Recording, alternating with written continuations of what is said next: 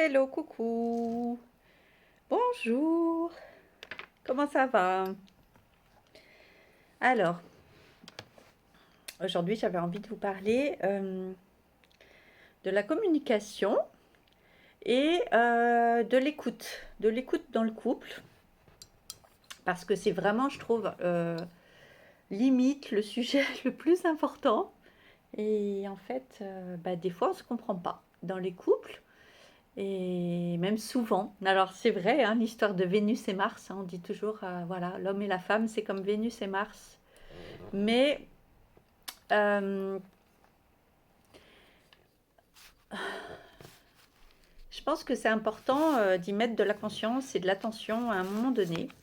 Parce que c'est fou le nombre de couples qui se posent pas de questions, enfin qui communiquent pas. Alors, bon, c'est vrai que c'est souvent les hommes qui n'aiment pas tellement parler, mais pas que. Il y a aussi des femmes, parfois, qui sont assez réservées, qui n'aiment pas trop communiquer, qui n'aiment pas trop euh, s'exprimer, qui ont l'impression que des fois que communiquer, c'est se livrer ou c'est se mettre en danger, se mettre en posture d'être critiqué. C'est ça souvent le problème. Alors que non, en fait, communiquer, c'est juste partager. C'est du partage, mais en parole. Voilà.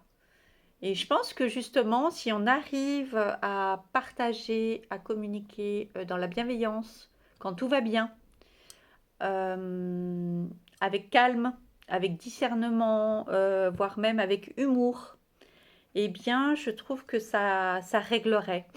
Ça réglerait beaucoup de problèmes. Ça désamorcerait en fait des situations. C'est vraiment dommage et c'est pour ça que j'ai eu envie aujourd'hui de vous faire une vidéo là-dessus. Parce que je trouve que vraiment ça démorcerait tellement de choses.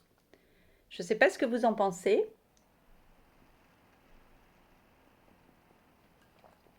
Je bois mon petit café pendant que c'est chaud. Mais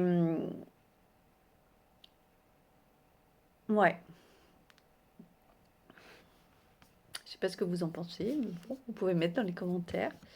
En tout cas, moi, je sais que j'ai été souvent confrontée.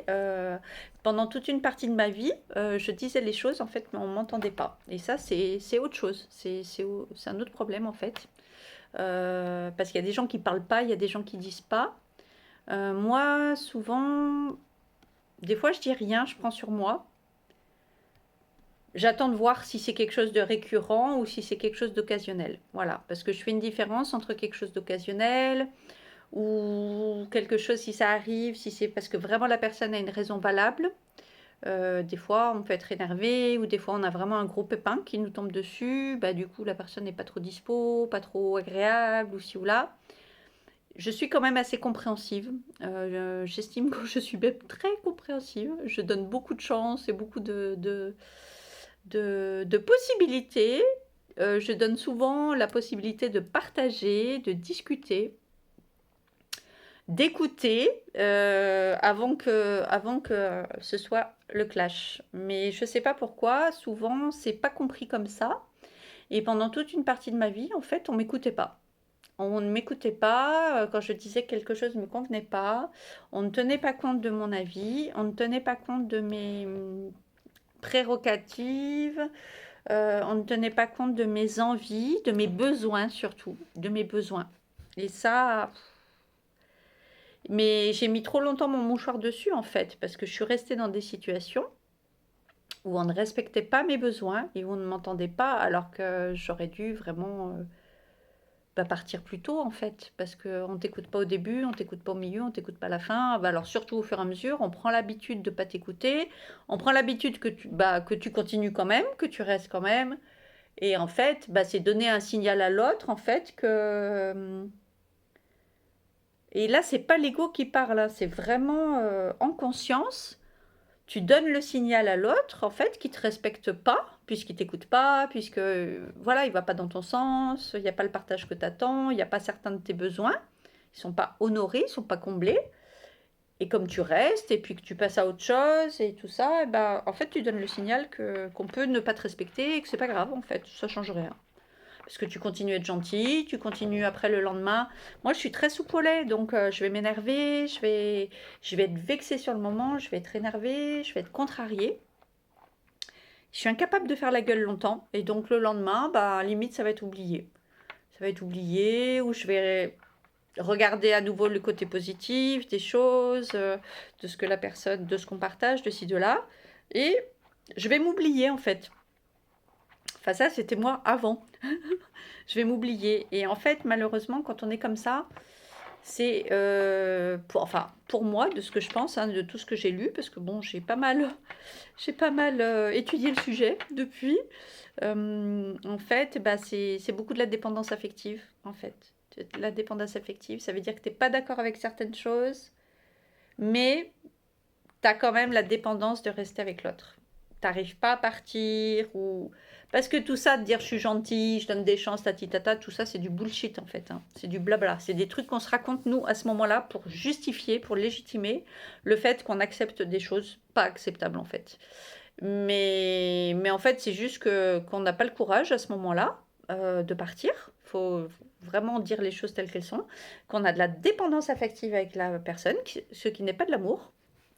Ce qui n'est pas de l'amour, je le répète, c'est vraiment différent, la dépendance affective, parce que moi, j'ai eu plein de relations où j'ai eu vraiment juste de l'amour au début, et encore, quand je dis amour, je suis même pas sûre aujourd'hui que c'était de l'amour.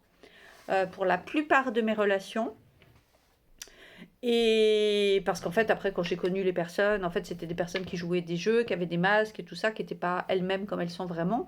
Donc, du coup, en fait, j'étais juste amoureuse au début de ce qu'on a voulu me faire croire, de ce qu'on a voulu me faire voir. Bon, vous me direz, hein, c'est 90% des gens hein, qui sont avec des masques, qui jouent des jeux, avec le côté social, la société, et ci et là et tout. Mais oui et non, non, c'est pas tout le monde comme ça. En fait, c'est à une période de ta vie, tu attires des gens comme ça, en fait. Hein. Ce que j'ai déjà expliqué par rapport à tes blessures.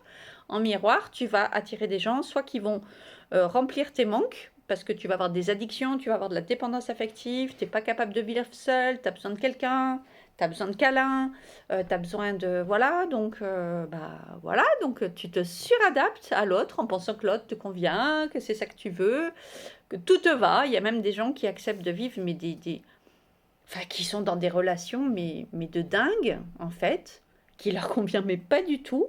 Enfin, qui ne convient pas du tout à leur vraie essence, à leur vraie personnalité. Seulement, ils sont tellement en suradaptation. Je connais des femmes hein, qui acceptent des enfants ou pas d'enfants, ou qui veulent des enfants et qui se retrouvent dans des familles où elles vont pas avoir d'enfants. À l'inverse, des gens qui veulent pas d'enfants, qui veulent plus d'enfants, qui veulent mettre le cap sur d'autres choses et qui se retrouvent mais dans des quotidiens avec des enfants, des familles recomposées à gérer, mais des trucs de dingue. Et voilà, et ces personnes oublient pendant tout un temps. Bah, le réveil, ça fait mal. Hein. Je vois ça chez des gens que je connais, aussi bien hommes que femmes. Le réveil, ça fait mal. Ouais, mais bon, parce que à ce moment-là, on est en suradaptation, en fait. Voilà, on veut tellement que la relation marche, on veut tellement s'investir. Voilà, mais alors surtout si on a eu un échec avant ou que voilà, on veut prouver au monde entier qu'on peut être dans une relation qui fonctionne. On veut se prouver à nous-mêmes qu'on est heureux. En fait, on se ment complètement à nous-mêmes hein, dans ces moments-là. Hein. C'est terrible. C'est terrible. Et je dis tout le temps, si on arrive à mettre toute cette énergie-là qu'on met à se mentir à nous-mêmes, à être dans des faux self, à fonctionner avec notre ego, à pas vouloir voilà, reconnaître les choses, à pas se respecter soi-même, ses besoins et tout, si on arrive à mettre autant d'énergie là-dedans, ce qui est génial, c'est qu'on a vraiment une énergie de dingue et un pouvoir de manifestation de dingue, de création, de matérialisation. Et du coup, mais si on mettait cette énergie à notre profit, au profit vraiment de notre vraie essence et nous-mêmes, d'être heureux, d'apporter toute cette énergie à notre personnalité, à notre essence, de qui on est, de ce qu'on souhaite, de nos besoins, de ci, de là, de nos rêves. Oh, mais là, tu te rends compte qu'en fait, c'est infini, quoi. C'est infini toute cette énergie de combat que tu mets contre toi-même, dans des choses qui ne te correspondent pas, en acceptant un boulot qui ne te va pas, mais parce que tu te laisses tenter, tu te dis ouais c'est le salaire qui est bien, ou c'est à côté de chez moi donc c'est pratique, ou ça revalise ton ego parce que tu es bon dans ce truc et du coup bah, ça te flatte. Mais toutes ces mauvaises raisons en fait, quand tu réalises ça, que tu te dis putain mais toute cette énergie en fait qui me sert à m'auto-saboter, qui m'éloigne du chemin d'être moi-même, si je la passais à me valoriser, à m'aimer, à me respecter, à croire en mes rêves, à me booster et tout, mais ce serait nos limites. C'est pour ça que je dis tout est possible, nos limites. Parce qu'en fait, on passe tellement d'énergie et de temps, le temps qu'on passe à faire des choses, à investir dans des relations, mais qui sont perdues d'avance, qui ne fonctionnent pas, où on le sait depuis le début.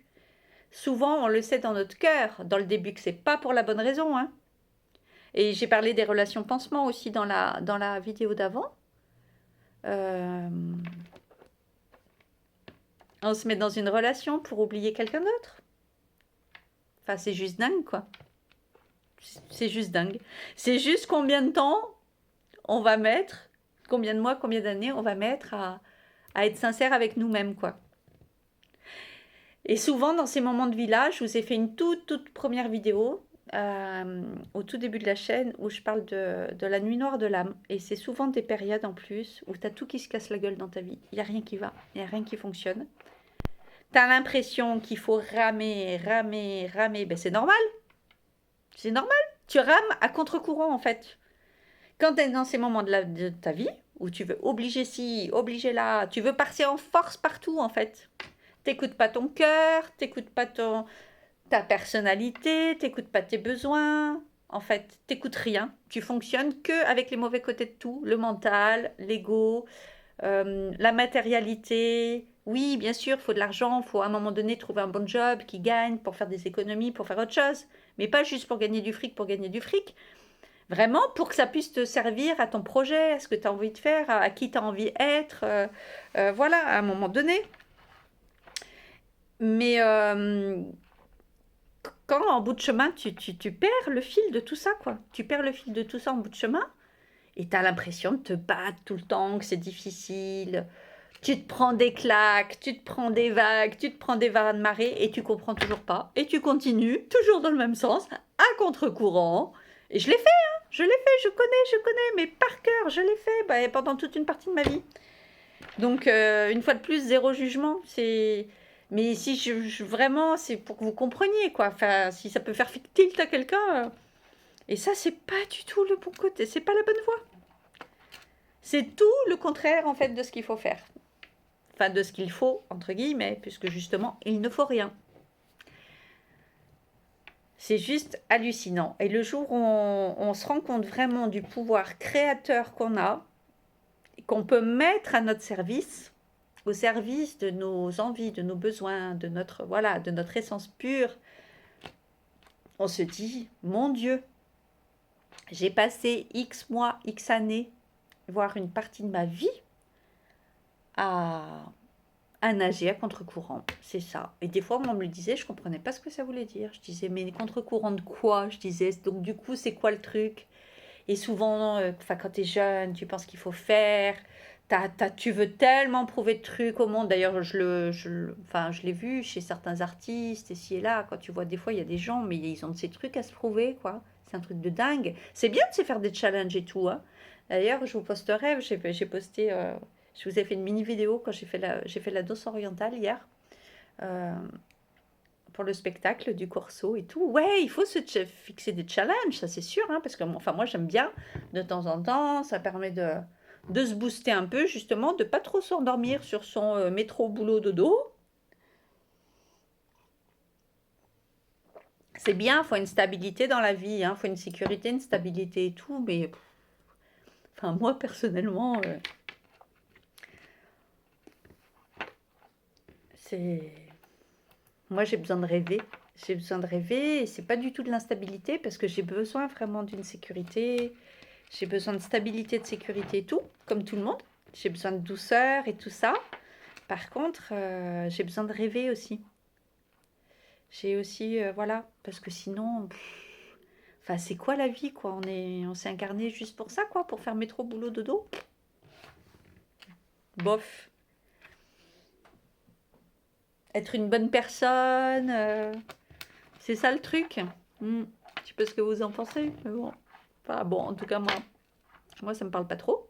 Donc, moi, j'aime bien me faire des petits challenges de temps en temps, apprendre des choses. Mais tout ça, c'est écrit dans ma numérologie, hein. Tout ça, c'est le numéro 7. C'est le 5 et le 7. Le 5 pour aimer bouger, pour l'autonomie, les voyages et tout, et tout, et tout. La curiosité. Et le 7 pour l'apprentissage aussi, apprendre des nouvelles choses tout le temps, nourrir son âme. Moi, j'ai besoin de nourrir mon âme, hein. Moi, je peux pas, je sais pas comment ils font. Il y a des gens qui s'emmerdent, quoi. Ben, ils s'emmerdent parce que, en fait, les personnes qui s'ennuient à un moment donné, ben, c'est juste qu'ils sont pas dans leur vie, en fait. Ils sont pas connectés à leur cœur. Ils sont pas, en fait, ils s'auto-sabotent. Ils sont éteints. Ils sont éteints parce que eux-mêmes ne s'autorisent pas de vivre leur meilleure vie. Et c'est vraiment triste. Et j'en connais aussi plusieurs. Et j'essaye de le. Mais bon, des fois, tu parles aux gens, tu as l'impression de parler à un mur, quoi. Parce que le problème, c'est les vérités. Voilà. Il y a des vérités, il y a trop de. Les gens sont pas assez dans l'ouverture d'esprit. Ils ne veulent pas se remettre en question. C'est ça le problème. Et qui sont leur vérité. Ils savent tout. Des fois, il y a eu de l'embrigadement, de l'endoctrinement, des gens trop têtus qui veulent pas se remettre en question, en fait. Donc, ben, c'est eux-mêmes qui supportent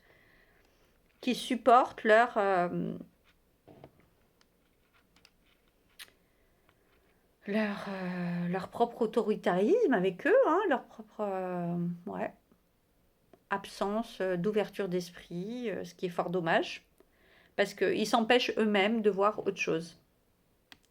Je pense qu'il y a une grosse question, on a l'impression que des fois la nouveauté ou de considérer d'autres choses, que ça peut rendre vulnérable ou ci ou là, mais pas du tout. Ça rend juste heureux. Ça rend juste heureux. Ça donne de la joie, ça donne une vie qui pétille. Et, et voilà, et c'est chouette, je trouve. Et je me posais la question aussi, justement, on parlait de la communication au début, dans le couple, la manière de voir les choses. Combien de fois est-ce que ça arrive souvent qu'on vous demande, alors que vous soyez un homme ou une femme, est-ce que tu es heureux dans le couple? Est-ce que je t'apporte ce dont tu as besoin? Est-ce que quand tout va bien, dans les couples, il y a beaucoup de monde qui pose la question à l'autre, qui a le courage de poser la question, parce que je ne sais pas pourquoi, mais je vois ça souvent chez des gens, des couples, où souvent un des deux se remet pas en question, a l'impression que tout va bien, parce que comme ça va comme il veut lui ou elle, hein, c'est pas question de masculin ou de féminin, en fait tout est parfait, tout va bien, je se pose pas plus de questions que ça. Et l'autre, qui l'a dit, mais des fois qui s'est pas fait entendre, comme ça m'est arrivé moi pendant longtemps. Je disais, hein, c'est pas que je disais pas, hein, mais bon, des fois il y a des personnes qui disent pas, puis des fois il y a des personnes qui sont pas entendues. Et d'ailleurs, c'est lié aussi à des blessures, tout ça, hein. C'est pas anodin. Si vous parlez, que vous répétez et qu'on vous entend jamais, faut aller voir. Il y a quelque chose à aller voir, ça c'est sûr, je peux vous le dire. Je suis passée par là. Ça correspond à une blessure, minimum. Et c'est bien sûr, ça peut changer, parce que quand on guérit cette blessure, après, le rapport change. Le rapport aux autres change, notre propre parole change.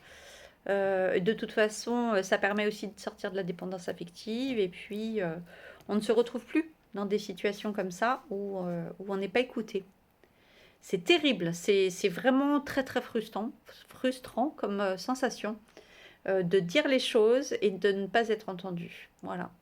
Et des fois, il vaut mieux une petite friction sur le moment, mais au moins on éclaircit les choses, au moins on discute, au moins on a un retour, quoi. Voilà. Bon, des fois, tu essaies de communiquer et tu n'as pas de retour. Tu as juste un silence, une personne qui ne souhaite pas communiquer en face, et c'est OK aussi. En fait, de toute façon, le silence est une réponse, hein, en elle-même. Le silence est une réponse. Donc, nous, souvent, on ne veut pas le voir, ou voilà, parce que ça peut faire mal, hein. C'est vraiment compliqué le silence à vivre selon les cas. Et ça, j'ai bien expérimenté aussi. Mais en fait, le silence est une réponse. Voilà. Donc, c'est juste à nous de l'interpréter comme ça. Et c'est que malheureusement, il n'y a pas beaucoup d'ouverture d'esprit. Voilà. Puisque la personne ne veut même pas communiquer. Donc là, franchement, ça va être chaud, hein. Je vous dis bon courage pour l'avoir vécu pendant longtemps, quand il n'y a même pas la communication à la base, quoi. Il n'y a même pas l'ouverture d'esprit de dire oui, ok, posément, tranquillement, on va discuter. Le problème, c'est qu'après, ça dégénère de toute façon. Ça dégénère dans des problématiques beaucoup plus grandes, beaucoup plus grosses, beaucoup plus importantes et beaucoup plus explosives. Bah oui, parce qu'en fait, c'est l'expression reculer pour mieux sauter. Mais un jour, c'est pas juste sauter, un jour, c'est exploser. Mais ouais, donc vraiment, d'où l'importance de communiquer au fur et à mesure, de se faire entendre, d'être entendu, de communiquer et de tenir compte aussi de l'avis de chacun, parce que chacun, selon son point de vue, a vraiment peut-être raison. Et ça, c'est possible aussi, que chacun ait raison de son point de vue. Ça, j'en avais parlé aussi dans une vidéo, parce que selon où on se situe, à un moment donné,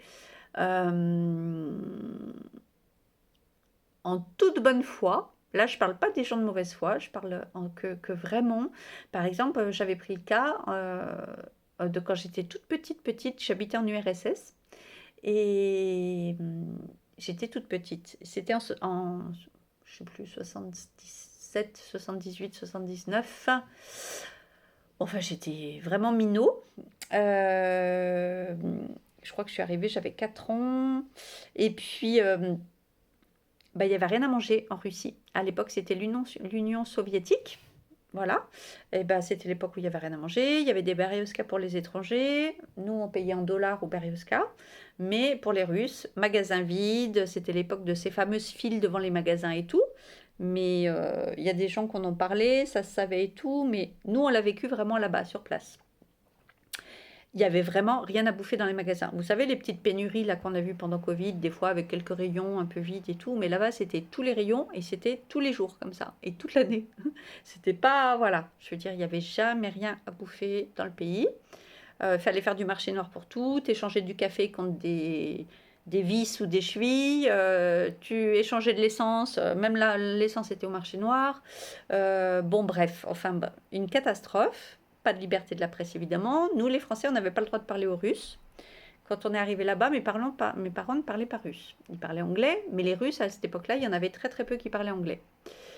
Et ben, des fois, on était perdus dans la rue, on voulait demander un renseignement, on voulait demander, maman, elle faisait les courses, elle notait, juste, par exemple, le beurre ou le pain, pour, voilà, acheter ça.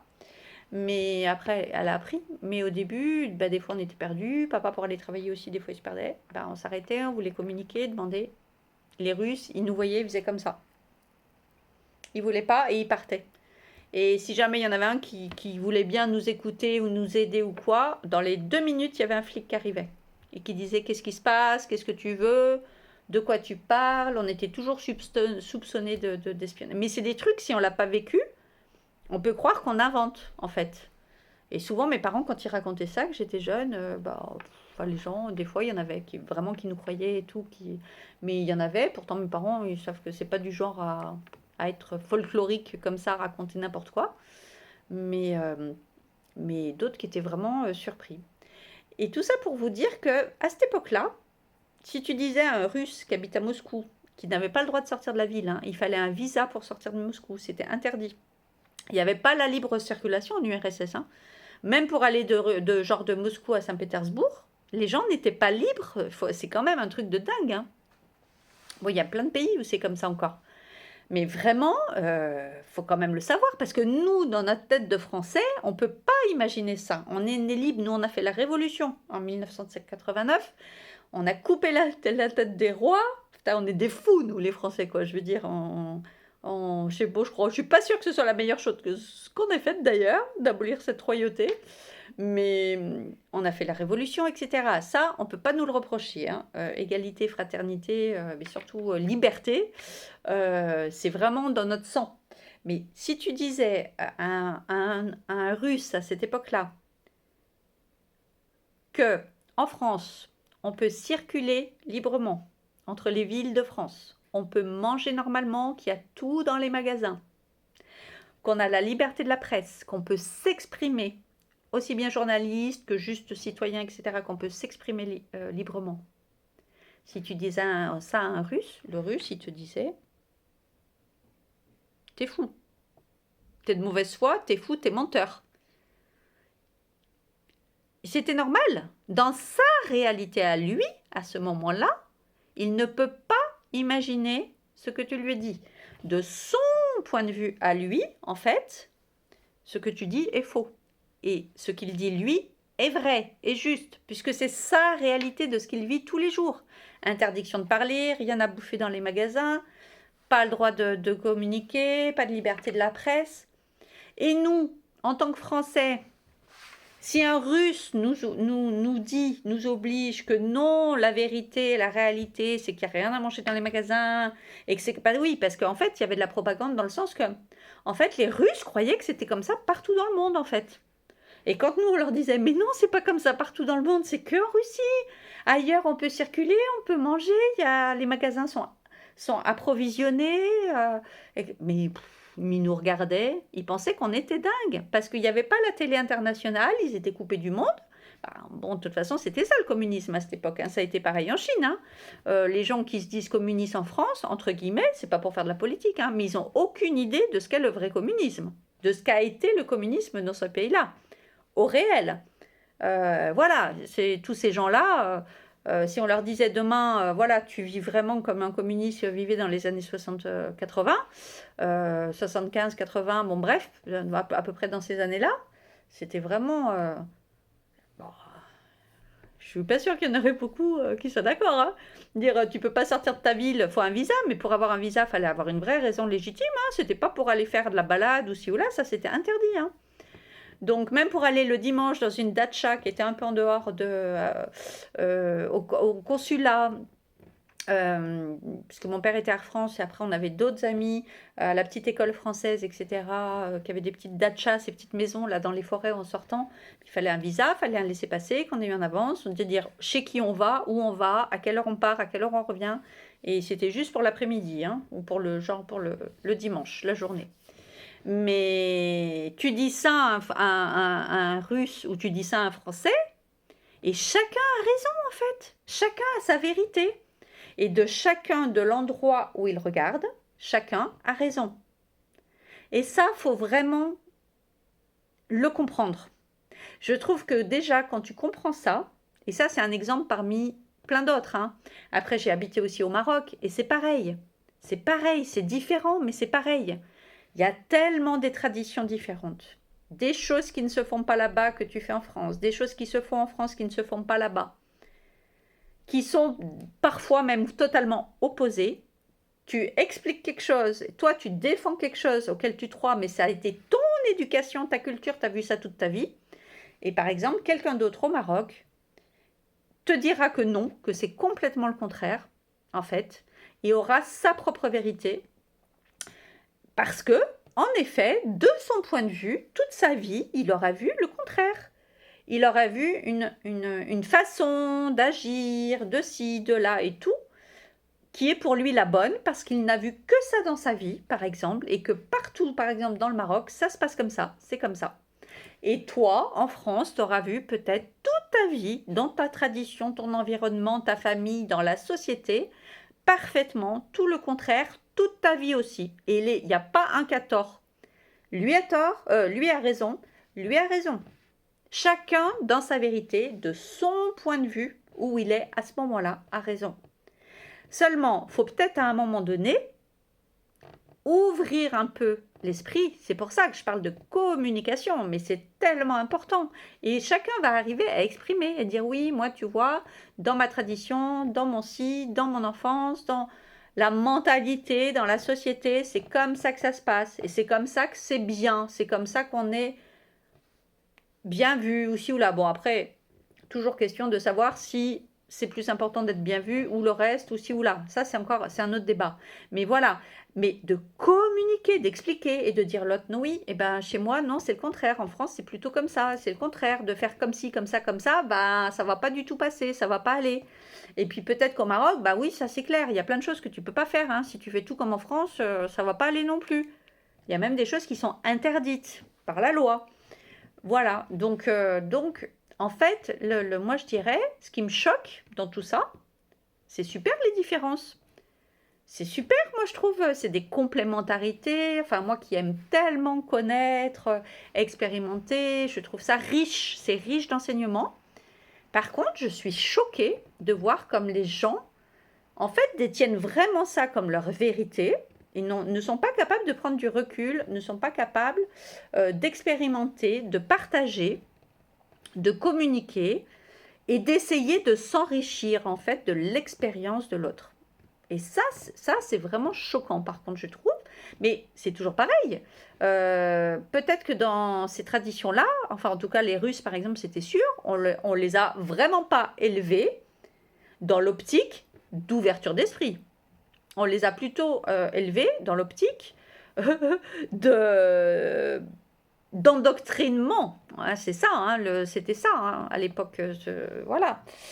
D'endoctrinement et comme quoi ils ont la vérité, c'est comme ça qu'il faut faire, et c'est comme ça que c'est, et c'est pas autrement. On n'a vraiment pas éduqué les gens à avoir de la remise en question, de l'ouverture d'esprit, de se poser des questions, de comparer, de communiquer, mais alors pas du tout, c'était interdit, on leur a tapé dessus, mais pendant des mois et des mois, des mois. Hein. De toute façon, ceux qui se la ramenaient trop, ils étaient emprisonnés. Ils étaient emprisonnés, on les faisait taire, les gens. Donc, il faut savoir que même au niveau transgénérationnel, il y a eu des générations comme ça, de personnes à qui on a interdit de parler. Hein.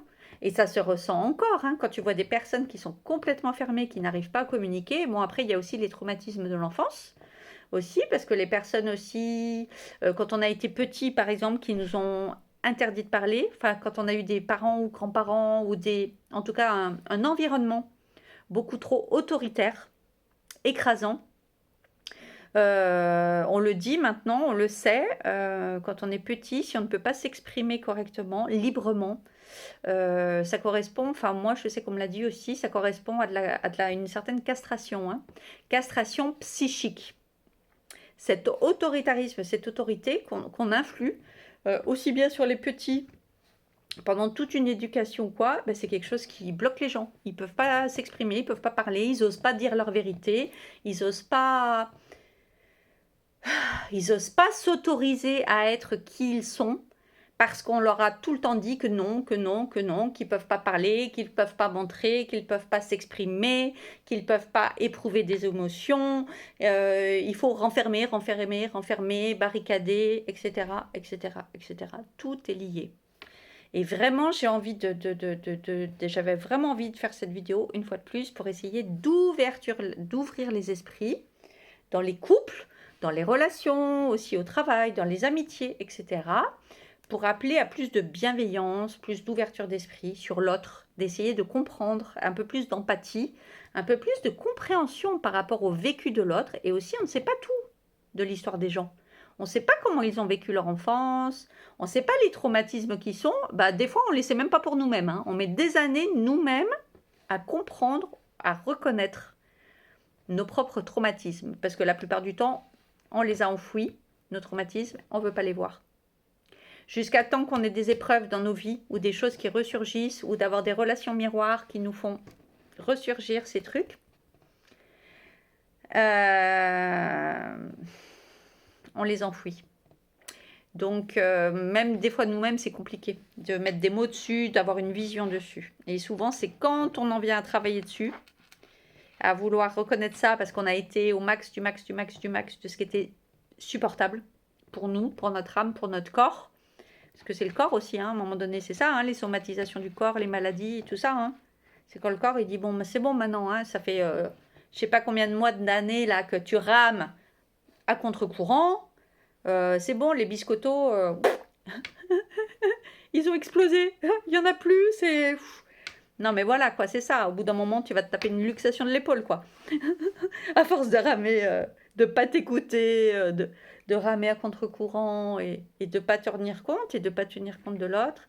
Et donc voilà, c'était aussi par rapport au couple, de dire combien de fois est-ce que vous demandez à votre partenaire s'il est heureux? Même si c'est pas parce que tu es en couple et que tu vis ensemble et que tu fais des câlins que l'autre il est épanoui, qu'il est heureux, quoi. Je sais pas, il y a plein de gens qui se posent aucune question. Et après, qui découvrent, quoi, le jour où l'autre part ou le jour où l'autre a un coup de cœur et rencontre quelqu'un d'autre, on se dit putain, j'ai rien vu venir en fait. Mais parce qu'il n'y avait pas de communication.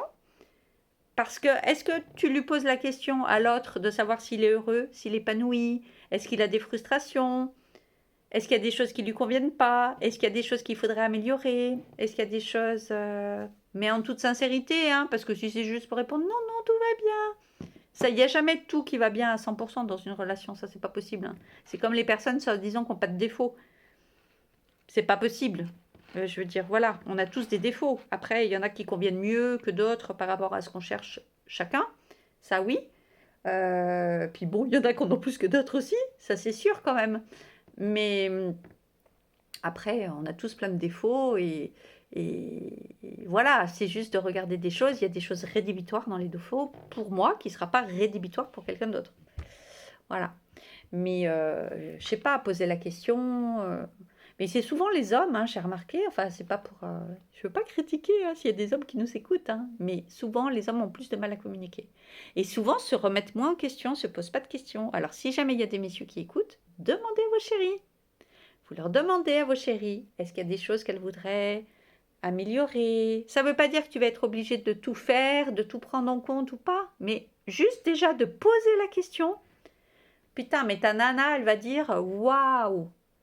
Juste déjà poser la question, quoi. Sens-toi libre juste d'écouter la réponse. Et voilà, et le jour où il y aura quelque chose, même si aujourd'hui tout va bien, le jour où il y aura quelque chose qui n'ira pas trop ou ci ou là, eh ben, elle ou il se sentira en confiance pour parler, pour dire, parce que tu l'auras déjà écouté, parce que tu l'auras déjà questionné. Bon, je me re-spécialise pas en love coach, hein.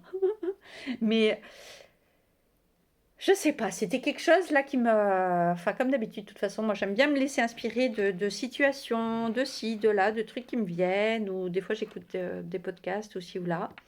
Et ça, c'est vrai, je me dis, c'est rare que les gens demandent ma chérie, mon chéri, est-ce que tu es heureux? Est-ce que quelque chose te manque? Est-ce que tu voudrais changer quelque chose? Est-ce que tu voudrais améliorer quelque chose? Qu'est-ce qu'on pourrait faire? Il y a des choses atteignables et des choses pas atteignables aujourd'hui. Des fois, il y a des choses atteignables vers. Puis ça permet aussi de se recentrer, je trouve, sur le couple, de refixer des objectifs aussi communs, parfois. Du coup, de soi-même aussi, de se reposer des questions et des objectifs, en fin de compte, sur ce qu'on veut soi. Sur ce qu'on veut soi, sur ce qu'on a envie. Du coup, je trouve que c'est bien. Ça fait comme un petit bilan, en fait. Et je sais pas, mais il faut se poser la question au moins 2-3 fois par an, quand même. De poser à l'autre la question s'il est bien 2-3 fois par an. C'est pas parce que c'est boulot, doulot. Et se dire, ah ben s'il y avait quelque chose qui n'allait pas, je le saurais. Ben non. N'attends pas de le savoir parce que ça va pas. Hein. C'est un peu bête quand même. Hein. Et puis franchement, l'autre, ça va lui faire super plaisir hein, que tu poses la question. Que tu t'intéresses de savoir, mais vraiment en posant des mots. Voilà. Bon, acheter un bouquet de fleurs ou un cadeau ou une attention et tout, c'est bien sûr, mais c'est pas quelque chose, c'est un cadeau, bien sûr, c'est génial. Et même des toutes petites choses, hein, c'est les petites attentions qui comptent le plus. Hein, c'est pas question de. Nous, en plus, les femmes, on adore les petites surprises, les petits cadeaux, les petits mots d'amour et tout. Il y a plein de trucs qu'on adore qui sont gratuits, quoi. Donc vraiment, je dirais que à part une femme très très très vénale, vraiment, il y a vraiment de quoi rendre une femme et un homme aussi très heureuse, très amoureuse et très épanouie et tout avec zéro argent. Hein. C'est vraiment pas une question de moyens. Ce qui tient à cœur, vraiment, ça se passe ailleurs. Hein, ça se passe au niveau de l'engagement, de la complicité, enfin de la relation elle-même. Hein. Voilà, d'un état d'esprit, de la relation elle-même, etc. Et justement des attentions et de tout plein d'attentions qui ne coûtent rien. Donc, mais la personne, elle va être trop, trop, trop heureuse, quoi, euh, de s'intéresser, de l'écouter, justement, de lui poser la question, de l'écouter. Parce que le problème, c'est qu'on a tendance à s'écouter, et encore, que quand ça va pas, que quand il faut s'engueuler, que quand il faut râler, parce que chacun ne veut pas lâcher. Chacun veut garder des zones de résistance. Euh, Ça, c'est terrible aussi. Je vous ferai une autre vidéo là-dessus parce que j'ai remarqué dans plein de couples, en fait, les gens, ils y croient pas. Ils sont en couple, mais ils y croient pas. C'est une guerre d'ego et c'est à celui qui va pas lâcher, en fait. L'un veut pas lâcher parce qu'il se dit, ouais, mais l'autre, je suis pas 100%, l'autre n'est pas 100% engagé dans la relation, donc si jamais je donne et qu'il donne pas, je vais me faire avoir. Et l'autre se dit pareil.